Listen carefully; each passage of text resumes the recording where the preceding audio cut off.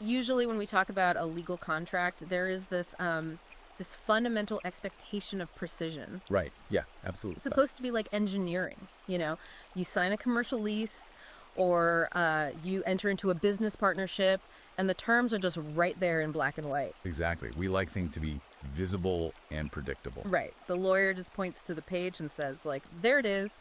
Break this specific clause, and here is the exact penalty. Signed or not signed.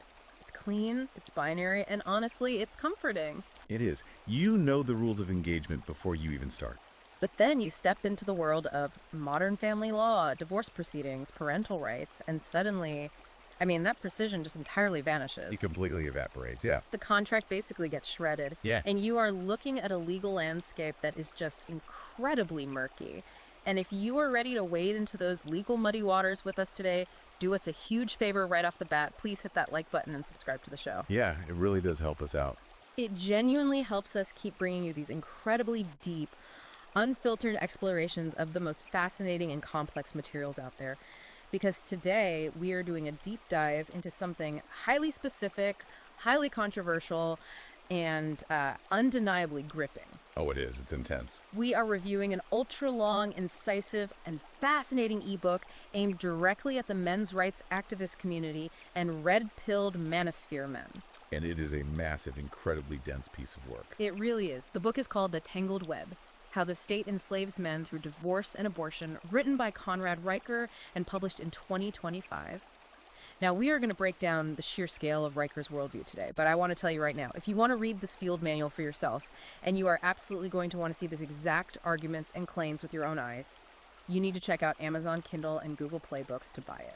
Definitely. And we really need to set a firm baseline for you, the listener, before we dive into the deep end here. The mission of this deep dive is to explore Riker's intensive arguments regarding the history of our institutions. Specifically, we're going to unpack his central claim that these institutions, so family courts, the welfare state, academia, were systematically captured by feminists and cultural Marxists over the last several decades. Yeah, and here is a crucial disclaimer from both of us before we get started.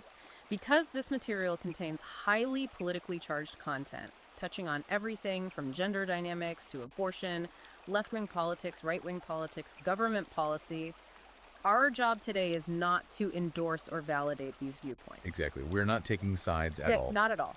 We are impartially reporting on the contents of the book. We are unpacking the original source material so that you can understand the exact arguments, the historical framing, and the data that are animating this specific, highly active corner of the manosphere.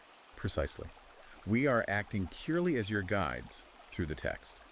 And to give you an overview of the core thesis right out of the gate, so you have a framework for everything we're about to discuss. Riker's central premise is that the state has completely weaponized marriage and family law. Weaponized it. Yeah. He argues that the system is no longer about justice, and it's certainly no longer about family preservation. Instead, he claims it has been turned into a literal plantation. Well, a literal plantation, that is a heavy word to use. He uses it very deliberately, too.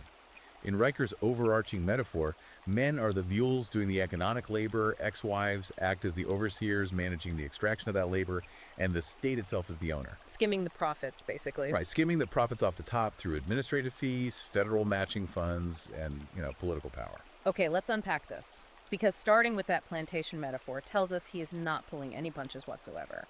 The book kicks off by completely dismantling what he calls the marriage contract myth. Yeah, chapter 1, basically.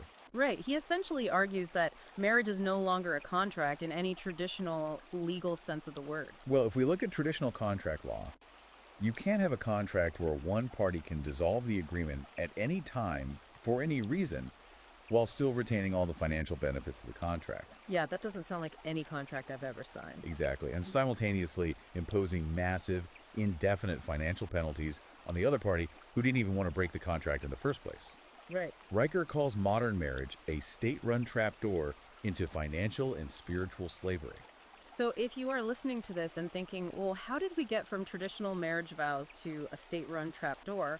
Riker actually traces this back to a very specific turning point in American legal history, doesn't he? He does. He points specifically to the California Family Law Act, which was passed in 1969 and went into full effect in the early 1970s, around 1973. Okay. This legislation was a massive paradigm shift because it ushered in the era of no-fault divorce. No, wait. Let's take a step back here because I want to make sure the listener understands the mechanics of this. Before no-fault divorce, how did the system actually work? Like, why was this such a radical shift? Before 1969, if you wanted a divorce, you had to prove to a judge that your spouse had committed a specific legal wrong. You had to prove fault. Like adultery or something. Right. Adultery, physical abuse, abandonment, or extreme cruelty. It was an adversarial process. Yeah. You couldn't just say, we grew apart. Yeah, that wouldn't fly. No. And because you had to prove a fault, there was a built-in friction to getting a divorce. Yeah. The state's underlying philosophy was that marriage was a bedrock institution, and they weren't going to let you dismantle it without a legally valid reason. Okay, so the state acted as a gatekeeper. But what was the intended goal of introducing no-fault divorce then?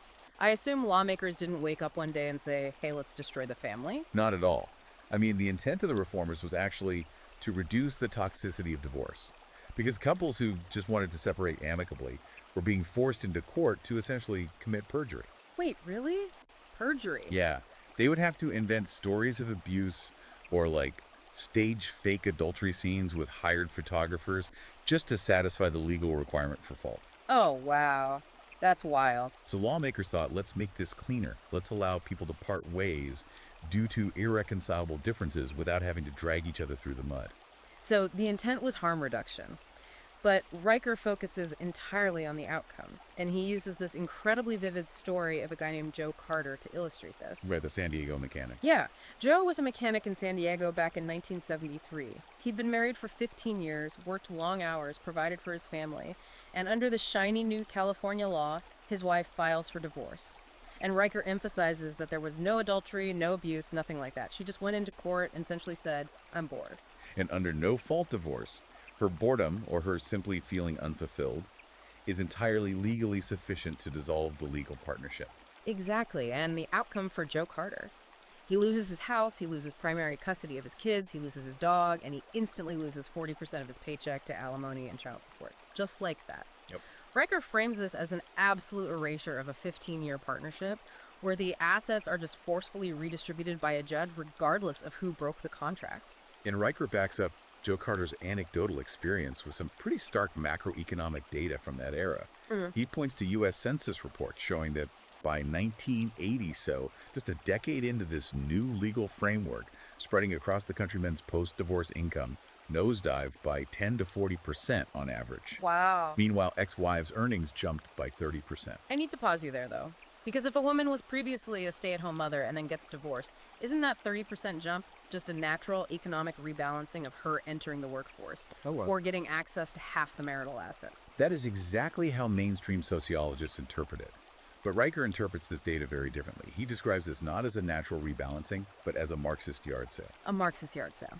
Yeah. He argues that feminist groups at the time cheered this massive systematic wealth transfer as liberation, while the men experiencing it viewed it as state-sanctioned theft. Riker's framing is that the state essentially empowered one demographic to legally loot the accumulated wealth of another. So Riker is essentially arguing that no-fault divorce was the Trojan horse for state-sanctioned theft. It's funny because looking at the triple divorce rate in the text, I've got to use Riker's analogy here. He says saying no-fault divorce didn't cause the destruction of the nuclear family is like blaming raincoats for hurricanes. That's the exact analogy he uses, yeah. Just totally ignoring the obvious catalyst. And he has a very specific view of how this happened. Riker argues this wasn't just an accident of bad, well-intentioned legislation. He believes this was engineered. And this is where he brings in Antonio Gramsci and the concept of cultural Marxism. Okay, I see the term cultural Marxism thrown around on the internet constantly, often just as a buzzword. Break down how Riker actually defines it and applies it to family law here, because we really need to explain the mechanics of this theory. To understand Riker's argument, we have to look at who Antonio Gramsci was. He was an Italian Marxist philosopher who was imprisoned by Mussolini in the 1920s. Okay. While in prison, Gramsci wrote what became known as the prison notebooks. He was trying to figure out why the Marxist revolutions that happened in Russia weren't organically happening in Western capitalist democracies like Italy or Britain. Why wasn't the working class rising up, basically? Exactly. And Gramsci's conclusion was a concept he called cultural hegemony. He argued that you couldn't just overthrow a capitalist state through violent economic revolution because the ruling class maintains control not just through force, but through culture. Oh, I see. They control the churches, the schools, the media, and the courts. These institutions shape what the average person considers common sense. So if you want to change the society, you have to capture the institutions that define reality for people. You have to change the culture before you can change the economics. Yes. And Riker claims that in the mid-20th century, modern Marxists realized they couldn't overthrow American capitalism directly. The American middle class was too wealthy and, too comfortable. Right. So according to Riker, they pivoted. If they couldn't attack capitalism, they would attack the foundational unit that produced capitalist stability, Right. the nuclear family, and the patriarchy. And they did this by infiltrating academia and the family courts. Give me an example of how he substantiates that leap. Because claiming a coordinated infiltration of the courts is a massive accusation. Riker points to the rise of highly influential feminist legal scholars in the 1970s and 80s. He specifically singles out Catherine McKinnon. She is a highly prominent legal scholar who fundamentally reshaped sexual harassment law and anti-pornography ordinances in the U.S. Okay, I've heard that name. Right. Well, Riker points to a specific piece of her writing from 1987 where she claimed that male parenting is institutionalized violence. Wait, institutionalized violence, what does that even mean in the context of a father raising a child? In the radical feminist framework Riker is critiquing, the argument is that the traditional patriarchal family structure is inherently oppressive to women and children, and that a father's authority is a form of systemic violence, regardless of whether he is physically abusive or not. Oh, wow. Yeah. Riker argues that this specific academic theory didn't just stay in university libraries. He says it became the operational doctrine of the entire family court system. So you have a legal system that starts viewing fathers not as equal parents, but as potential inherent threats simply by virtue of being men. That is Riker's exact conclusion.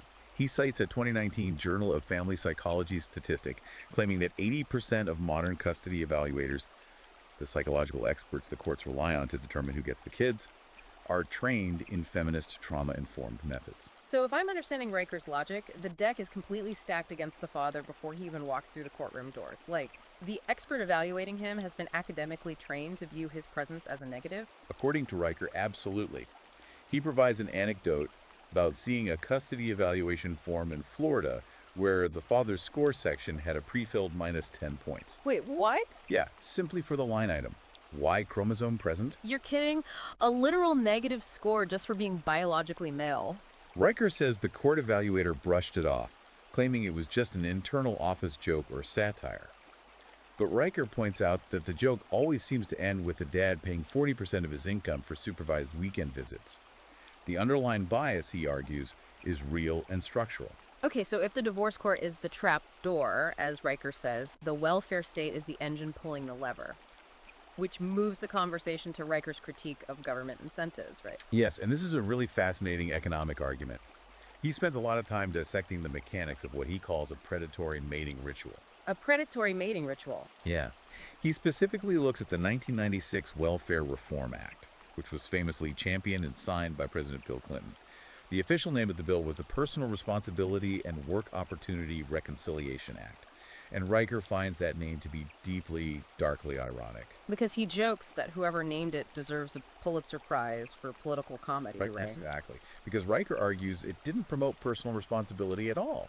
He claims it fundamentally bankrolled irresponsibility. I need you to break down the mechanics of this, because the 1996 welfare reform was famously lauded by conservatives at the time for instituting work requirements and time limits. So how does Riker arrive at the conclusion that it incentivized broken homes? Riker argues that while it did put time limits on certain federal cash assistance, it fundamentally changed how states administer welfare through block grants. And more importantly, he argues that the overarching structure of the social safety net housing assistance, food stamps, Medicaid, child care subsidies created a massive loophole for clever divorce attorneys and single mothers. What's the loophole? The benefit cliffs. If a woman is married to a man who makes a lower middle class wage, their combined household income likely disqualifies them from most federal and state assistance programs. Right. But if she divorces him, kicks him out of the house, and takes custody of the kids, her household income plummets on paper. And suddenly she qualifies for housing vouchers, SNAP benefits, state-funded health care, and utility assistance. Exactly. Riker claims that the government actually pays a better overall dividend in services and cash equivalent benefits if you ensure you are not legally tied to the father of your children. That's crazy to think about. He cites researchers from the Brookings Institution in 2001 who conducted a massive study on welfare spending. They found a direct mathematical correlation. Every single dollar spent on welfare correlated with a 2% spike in the divorce rate in that demographic. Give me a second to wrap my head around that. Every dollar pumped into the welfare system bumped the divorce rate by 2%. That is the data Riker presents. He uses it to conclude that governments essentially morphed into institutional racketeers. The state creates a financial incentive to break up the home. Unbelievable. Once the home is broken, they skim the court fees during the divorce, the lawyers get paid, the ex-wives get the welfare benefits, and the man's marriage license essentially just becomes a receipt for his future financial enslavement. And he takes this critique of the welfare state into even darker territory when he discusses what he coined as the Rovember effect. This section of the book was absolutely staggering to read, and honestly, it felt like a massive inferential leap. I want you to explain the mechanics of the Rovember effect to the listener. It is arguably one of his most controversial chapters. What? Riker analyzed the administrative cycles of SNP, what we historically call food stamps, and EBT recertification. Okay, so the process where a recipient has to prove they still have low enough income to keep getting benefits. Right. It happens cyclically, often late in the year. Riker claims that, statistically, abortions spike by 23% every November, right when these EBT benefits are being reviewed and renewed.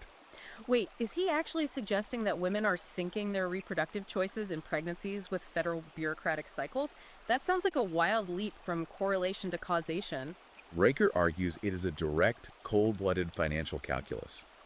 He claims that some women use pregnancy as a tool to navigate the welfare system. If benefits are at risk of being cut, a pregnancy can change the math.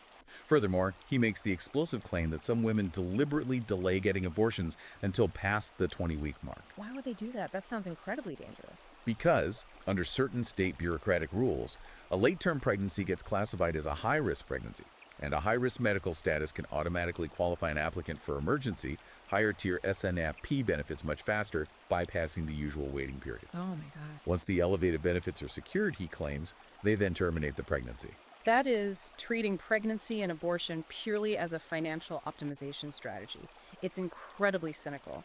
He even mentions Baltimore having an abortion access and EBT enrollment mobile unit that circles public housing projects on the first of the month, doing both at the exact same time. Yeah. He calls it modern efficiency at its finest, but obviously he means that with dripping, bitter sarcasm.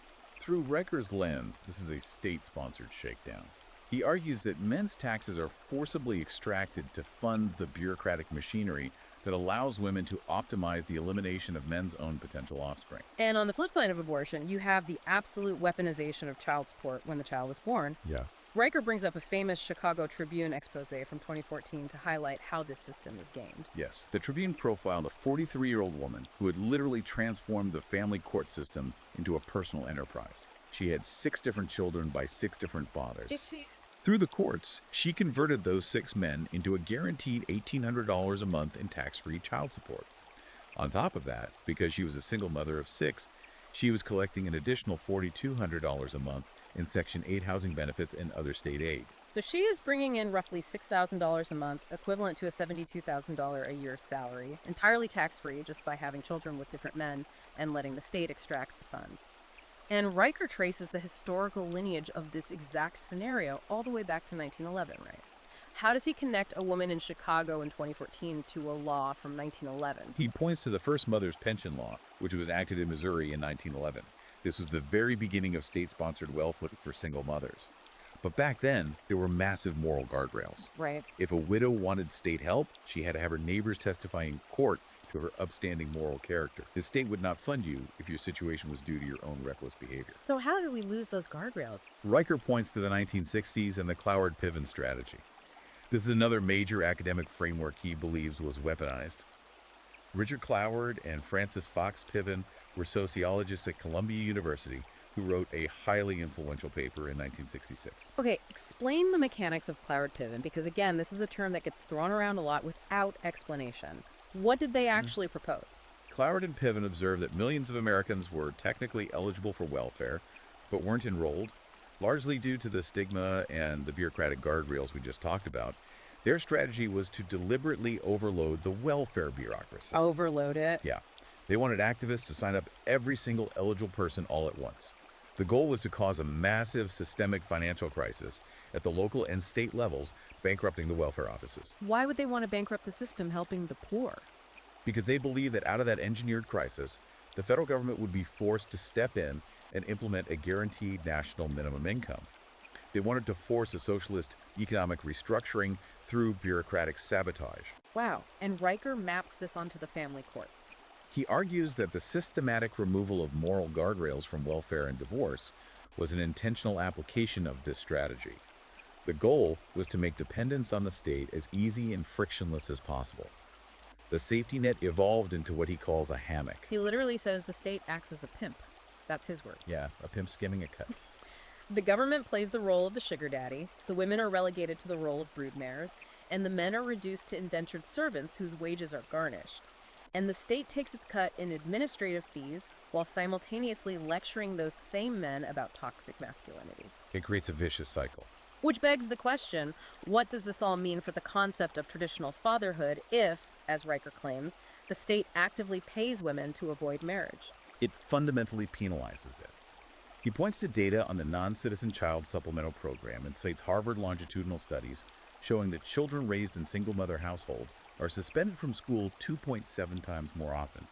They are dramatically more likely to end up in prison and have higher rates of depression. So the state knows the data. The state knows that incentivizing fatherless homes produces worse outcomes for the children. Riker argues the state is fully aware it is funding a broken, sociologically destructive model, but he claims the state continues to aggressively fund it anyway because broken homes generate a massive dependent voting bloc and justify endless bureaucratic budgets and revenue streams. Which transitions us seamlessly and tragically into one of the most enraging parts of the book for his audience. If the system is extracting this much money from men, what happens when the underlying biology is a lie? This brings us to what Riker calls the epidemic of paternity fraud and the biology of extortion. This is where Riker argues the legal system's absolute indifference to biological reality and its focus purely on financial extraction becomes incredibly stark. I want to talk about the story of John R., because this is every man's worst nightmare. John was a mechanic in Detroit. He was paying $1,200 a month in child support for twin boys. And he wasn't a deadbeat. He was coaching their little league team, buying them gear, totally and completely emotionally invested as their father. Right. And then, when the kids turn 12 years old, something happens that prompts a medical issue, and they take DNA tests. And the tests prove, unequivocally, with 99.9% scientific certainty, that John is not their biological father. His ex-wife had an affair. Now, a rational observer looking at that from the perspective of standard contract law might think, well, okay, the contract is null and void. Right. The entire premise of the child support order was based on a fundamental fraud. The payments should stop immediately, and maybe he should even be reimbursed. If I sell you a car and it turns out to be stolen, the contract is void. But Riker points out the terrifying legal reality of family court. In 43 different states in the U.S., men must still pay child support even after DNA conclusively proves they are not the biological father. 43 states. It is an overwhelming majority of the country. If you're listening to this and wondering, how on earth is that legally justified? I had the exact same thought. Once the state tags you with that financial burden, you are stuck. He talks about another dad in Michigan who proved he wasn't the father. In court, his ex-wife openly admitted to sabotaging her birth control and sleeping with another man, and the state of Michigan still hit him with an $18,000 arrears bill. How can a judge look at a DNA test and say, I don't care, pay the money? This raises a massive question about institutional incentives, and Riker has a very specific structural answer. He points directly to Title V VD of the Social Security Act. Okay, let's slow down here. I want to make sure I understand the mechanics and the math of Title V VD. What is this program? Title V VD is a federal program that was designed to help states enforce child support orders. But the way it functions is by paying states a massive financial bounty. The federal government pays states up to $4.6 billion annually to maximize the amount of child support they order and collect. So the state is essentially operating like a bounty hunter working on commission. Exactly. Riker explains the math. Title IVD creates a 66% federal match on every dollar the state extracts from men's wallets and processes through their system. Wait, let me make sure I've got this right. If a family court judge in Michigan forces that dad to pay $1,000 in child support, the federal government looks at that ledger and gives the state of Michigan an additional $660 in federal matching funds. Yes. That money goes into the state's general coffers or funds their social service bureaucracies. So, from Riker's perspective, the state government doesn't care about the DNA. It doesn't care about the moral truth, the husband's betrayal, or the biological reality. It cares strictly about the revenue stream. That's sickening. The family court isn't a hall of justice. It is a profit center for the state budget. That is absolutely dystopian. It's like a sci-fi movie. You're getting taxed by the government for sperm you haven't even ejaculated yet, or in this case, sperm that belongs to another man entirely. And the legal system aggressively protects this revenue stream. Riker cites a Cornell law review finding that courts deny 92% of paternity challenges if the mother simply claims emotional distress at the prospect of the child losing their presumed father. So the scientific truth doesn't matter. The mother's feelings and the state's budget trump the man's biological reality and his entire financial future. And the toll this takes on these men is not just financial. Riker has actually tried to quantify the physical and biological damage this system inflicts. He introduces a metric his research team developed called the Sperm Slavery Index. Explain this index, because when I read this, I was stunned. They analyzed global demographic and health data and found an incredibly dark correlation. They discovered that countries with the most aggressive, highest alimony and child support payment structures correspond directly to male lifespans being reduced. Reduced lifespan. Yes. Specifically, in the most extractive systems, male lifespans are 11.3 years shorter on average compared to baseline metrics. He connects this unending financial extraction directly to accelerated physical deterioration. How does money leaving your bank account translate to your body physically breaking down? Stress physiology. He cites a 2022 National Institutes of Health study looking at endocrinology. The study showed that men who are under chronic, unyielding child support, stress meaning the constant threat of jail, the inability to pay bills, the constant court dates, average 40% lower sperm counts. Because their bodies are just marinating in stress hormones. Exactly. The chronic cortisol levels literally nuke their testosterone production. It shuts down their reproductive biology. Riker points out that researchers at Johns Hopkins found that fathers who are averaging only 4.6 hours of sleep a night because of brutal custody battles and financial panic share the exact same cortisol profiles as Vietnam prisoners of war. That is horrifying. You are chemically castrating men through administrative stress while the state holds a press conference pretending to care about family values. And if the paternity fraud section was about the biological toll, it begs the question, how are these men physically surviving the drain on their wallets? Which brings us to Riker's exploration of the absolute financial ruin men face, what he calls the alimony racket, debt peonage, and the daddy diet. Right. Let's look at the sheer scale of the money involved. Riker points out that total American child support debt currently sits at $114 billion. To put that $114 billion into perspective, Riker notes that you could buy the entire Twitter platform twice. You could fund NASA's entire space exploration budget for 6 straight years, or you could literally buy a vasectomy and a steak dinner for every single adult man in the United States. But instead of going to space, that money represents a modern debtor's prison. I want to talk about Dave, the trucker from Ohio, because this perfectly encapsulates the madness of the bureaucracy. Dave's story is Riker's prime example of how the system actively criminalizes poverty and sets men up to fail. Dave was hit with a $1,200 a month child support payment, which constituted over half of his actual take-home pay. Oh. Yeah. During the COVID lockdowns, the freight industry dried up. Dave wasn't getting rotes, his income plummeted, and he missed 3 payments. And what happened? Did the court look at the global pandemic and work with him? No. The courts moved to revoke his commercial driver's license. Which is the exact license he requires to make his living and pay the debt. Exactly. It's completely insanely counterintuitive. The state says, we want you to pay us this money, and because you are struggling to pay it, we're going to make it legally impossible for you to earn money.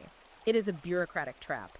Because he couldn't drive, he went into deeper arrears, and he was thrown in county jail 14 separate times for contempt of court.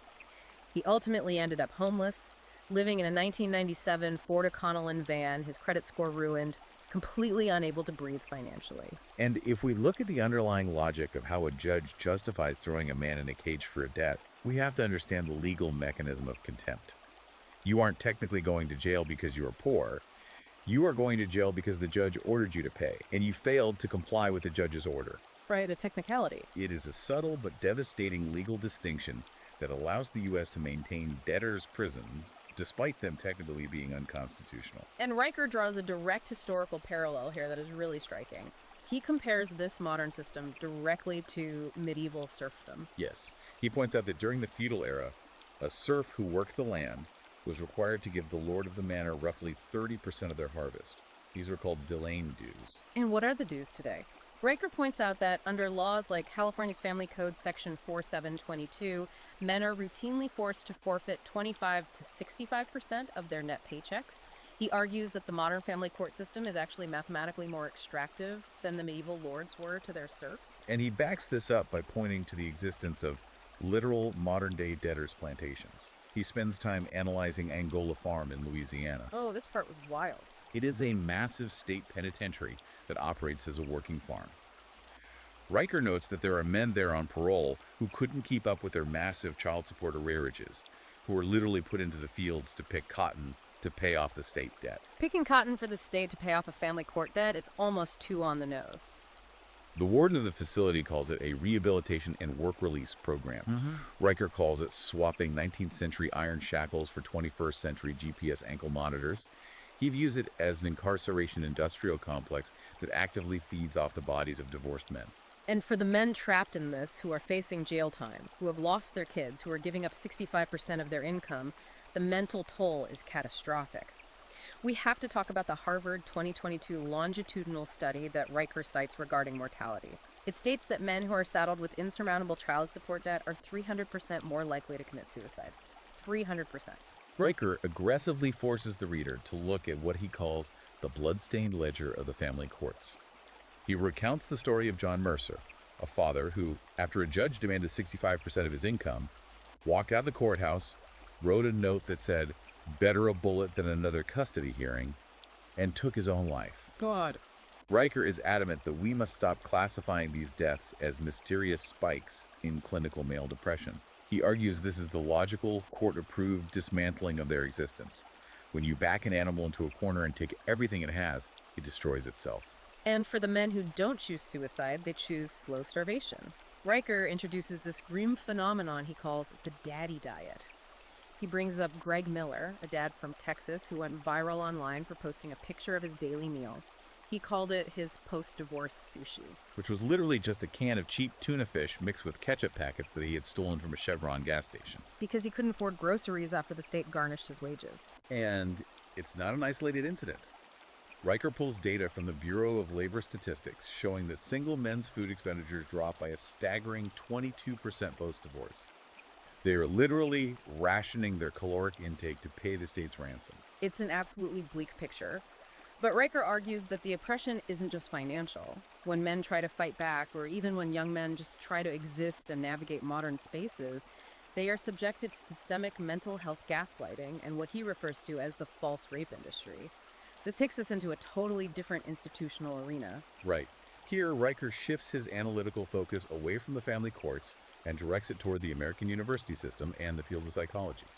He believes that the state actively weaponizes campus administrative law, specifically Title IX, to condition young men to accept a presumption of guilt.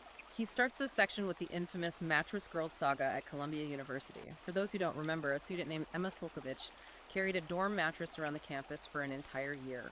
She claimed she was raped by a male student, and the mattress was a performance art protest. But Riker highlights the details of the investigation. Despite her claims, there was no police report filed at the time of the incident, and according to Riker's review of the university's own findings, there was zero actionable evidence. Zero. Yet the university administration allowed the protest. She was invited to the State of the Union address. Columbia gave her a standing ovation at graduation, and the accused male student was essentially branded with a scarlet letter and had his life ruined by the mob, despite being cleared by the university's own weak standards. So how did universities become kangaroo courts? Riker traces the explosion of this toxic campus environment directly to a specific policy directive, Barack Obama's 2011 Dear Colleague letter. This is a critical piece of administrative history. In 2011, the Department of Education's Office for Civil Rights sent a letter to every university receiving federal funds. The letter mandated that universities change the evidentiary standard they use in campus sexual assault tribunals. Change it to what? They forced them to move from a clear and convincing evidence standard down to a preponderance of the evidence standard. Let's explain that legal jargon, because the distinction is everything here. Clear and convincing means you are highly confident the accused did it. Preponderance of the evidence simply means it is 51% likely. It means more likely than not. Basically a coin toss. Legal scholars across the political spectrum heavily criticize this, calling it exactly that, a coin flip. If the tribunal thinks there's a 51% chance you did it, you are expelled, your academic career is over, and you carry the stigma of a predator. And the administrative result of this letter, Title IX offices at universities ballooned by 300% almost overnight. They became massive bureaucracies. And what's fascinating here is how Riker breaks down the economics of these accusations. He points out that universities are now spending an estimated $2.4 billion annually fighting and settling Title IX lawsuits, often lawsuits brought by the wrongfully accused men whose due process rights were violated. But the universities don't eat that cost from their endowments, do they? No, not at all. Riker shows how they roll those massive legal liabilities directly into 5% annual tuition hikes. So the entire student body, including the men, are taking out federal student loans to fund the very kangaroo courts that are prosecuting them. Oh, that's insidious. Riker argues the goal of these Title IX offices isn't justice or safety at all. It's administrative bloat, job security for bureaucrats, and institutional fundraising driven by perpetual moral panic. And Riker argues this assumption of male guilt, this 51% standard, extends far beyond the college campus and into adult domestic violence policy. He looks closely at the Violence Against the Women Act, VOOA, and specifically attacks the underlying philosophy of the Duluth model of domestic violence intervention. The Duluth model is the standard operational procedure for most police departments in the U.S. when responding to a domestic dispute. What is the underlying philosophy of the model? The Duluth model was created by feminist sociologists in Minnesota in the 1980s. Its core philosophical tenet is that domestic violence is not caused by psychological issues, substance abuse, or relationship dynamics, but purely by patriarchal conditioning. Patriarchal conditioning. Yes. It assumes that in any domestic dispute, the man is utilizing what they call patriarchal terrorism to control the woman. So it pre-assigns the roles of abuser and victim based entirely on gender, before the cops even pull up to the house. Exactly. Riker points out the devastating circular logic this creates. Under mandatory arrest policies driven by the Duluth model, police end up arresting the man in 86% of cases where both parties are equally engaged in mutual combat. Wow. The man gets a criminal record, which destroys his earning potential, which leads to a divorce. The divorce creates another single mother who then needs state aid, and then the state taxes the newly criminalized divorced father to fund the aid. It is a perfectly closed loop of extraction, but the most alarming and frankly bizarre detail he pulls regarding VOOA-funded programs is from a UCLA study regarding court-mandated therapy sessions. This absolutely blew my mind. It sounds like science fiction, but it is real, peer-reviewed research. Researchers looked at state-funded counseling sessions for women involved in domestic disputes. During these sessions, some women were administered oxytocin nasal sprays. Oxytocin is the love hormone, right? The chemical that promotes maternal bonding and social connection. Correct. The researchers thought it might help the women heal from trauma and open up in therapy.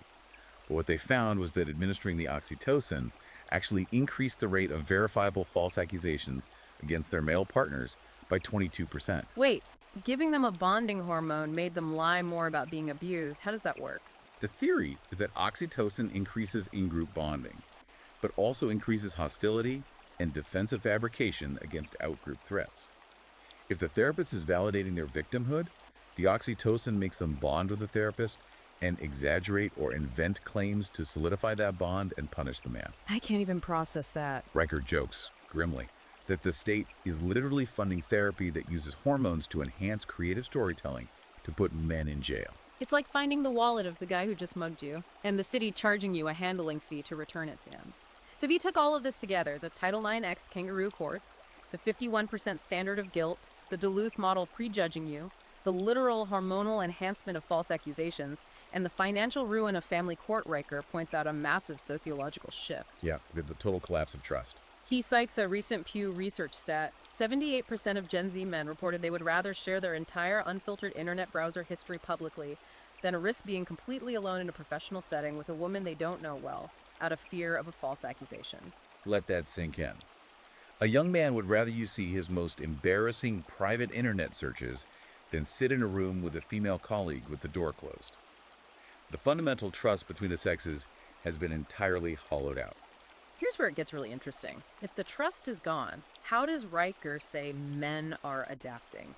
Because his audience, the red-pilled manosphere, they aren't just rolling over and accepting this, they are building countermeasures. Which brings us to the final major section of the book, the resistance. He titles this section Digital Serfdom, Visas, and Vasectomies.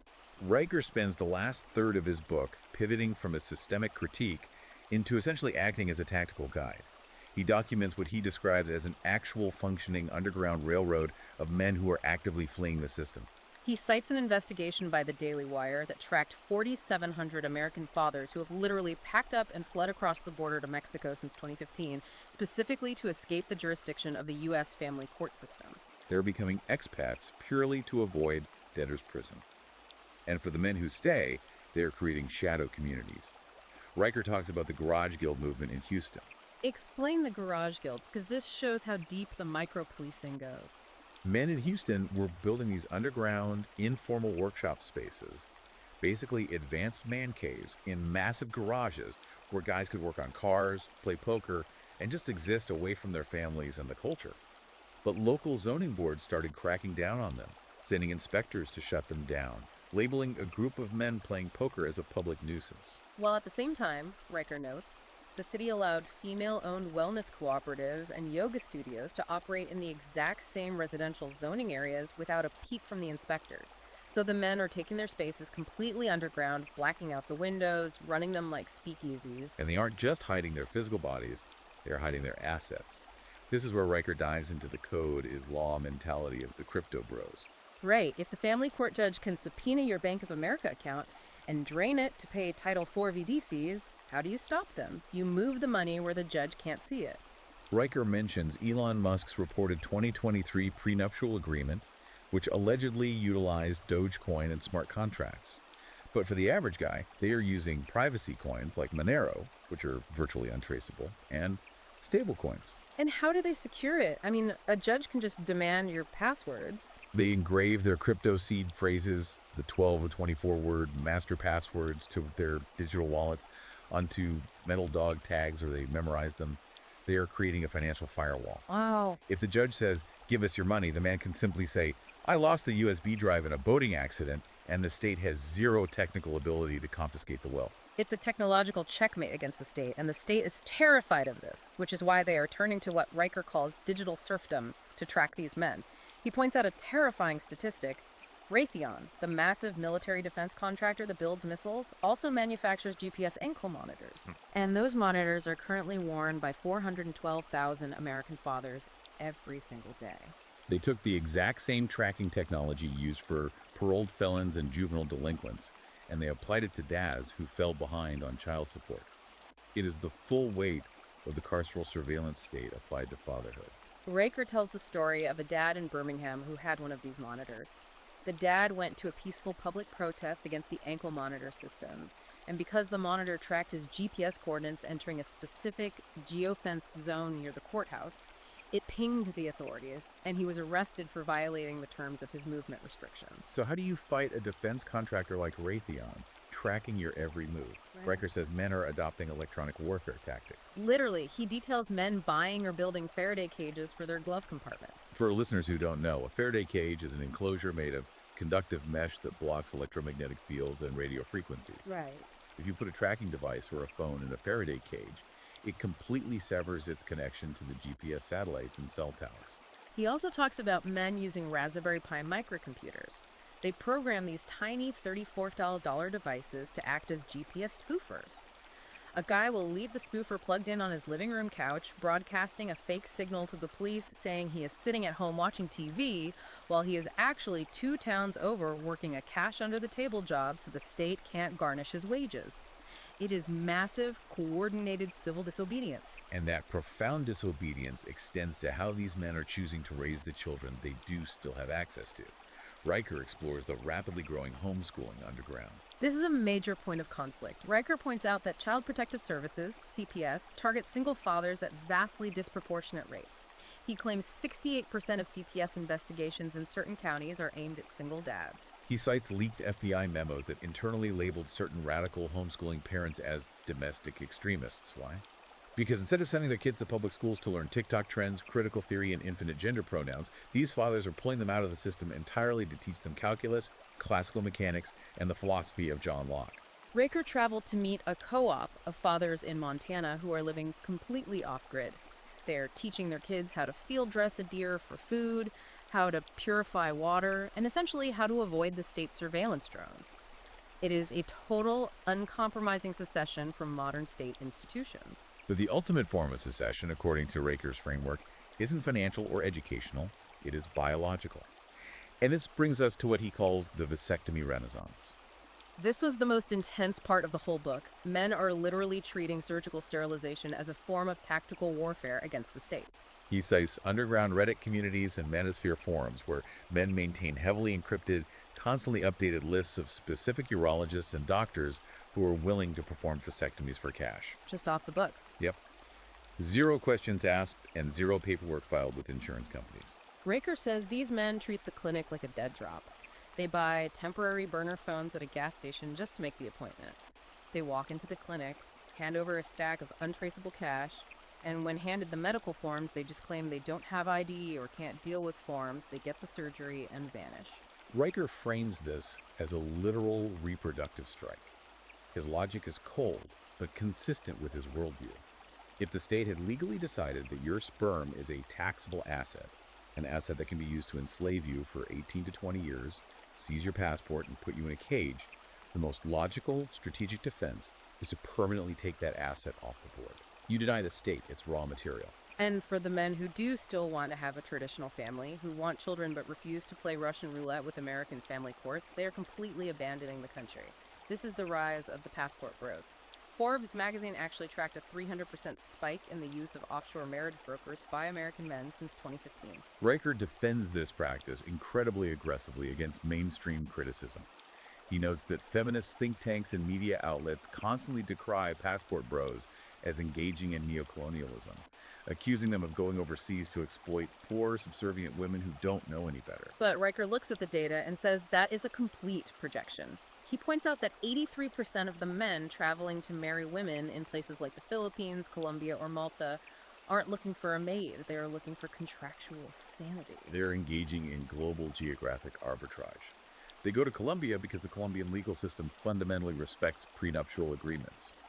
They go to Malta because Malta doesn't have California's draconian lifetime alimony laws. Right. As Riker dark comically puts it, why fight over custody in a rigged court in Los Angeles when you can fight fairly in Tagalog? Geography is the ultimate prenup.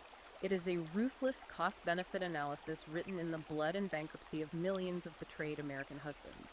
Okay, we have covered an immense, staggering amount of ground here today, tracing this from Gramsci to GPS spoofers. Let's move into the outro and try to summarize this entire field manual. To summarize the sheer scale and intensity of Riker's worldview, he operates from a core, unshakable belief that the laws of thermodynamics and evolutionary biology dictate reality. His fundamental premise is that men, through their physical labor, risk-taking, and innovation, build and maintain civilizations. But he argues that the current gynocentric system, by prioritizing bureaucratic welfare over intact marriages, by legally penalizing fatherhood, and by treating men purely as disposable economic utilities, is actively engineering its own societal collapse. Right. He believes the system that attacks its primary builders cannot physically sustain itself. He believes the system is quite literally eating itself alive. Exactly. When he looks at the 70 million global abortions since Roe, he doesn't see healthcare, he sees a demographic purge. When he looks at the Title IV matching funds, he doesn't see child welfare, he sees state-sponsored extortion. And he firmly believes that men waking up, recognizing the rigged game, and actively opting out is the only viable way to break the machine. It is a dark, intense, and incredibly detailed worldview that challenges every assumption of modern progressive sociology. And that leads me to a final provocative thought for you, the listener, something to chew on that builds on Riker's material but looks toward the horizon, beyond just the family courts. If Riker's right about the macroeconomic trends, if millions of young men are truly engaging in a coordinated silent marriage strike and a reproductive strike via offshore banking, privacy crypto, cash-only vasectomies, and mass expatriation, What does the geopolitical and economic landscape of a Western country look like in 50 years? Right. What happens when a massive critical percentage of a nation's male workforce successfully and permanently opts completely out of the traditional consumer and familial economy? If the entire state apparatus relies on taxing men's hyper-productive labor to fund the massive welfare and administrative systems, but the men decide to just stop playing the game, downshift their lives, and work part-time, does the state go bankrupt? It's a huge unknown. Does the tax base collapse? Does society fracture entirely when the mules realize they can just walk off the plantation? It's a chilling economic thought experiment. It really is. Oh. Now, as a final reminder to everyone listening, this has been an incredibly deep dive into the Tangled Web. To read these exact arguments, to check his historical footnotes on Gramsci and the 1996 Welfare Act, and to see the claims for yourself, you absolutely must go to Amazon Kindle or Google Play Books to buy the ebook. It is a dense, provocative read. But if you want to truly understand the intellectual underpinnings of the modern manosphere, it is essential primary source material. Absolutely. Go to Amazon Kindle and Google Play Books and grab it. And you should also follow the author directly to see where his research goes next. You can find him at Conrad Riker on Substack to keep up with his ongoing writings. We covered a monumental amount of complex history and legal theory today. Thank you for taking this journey with us and keeping an open, analytical mind. Thank you so much for diving deep. Before you close out the app, please remember to hit the like button on this deep dive and subscribe to the channel so you never miss an episode. We'll see you next time down in the muddy waters.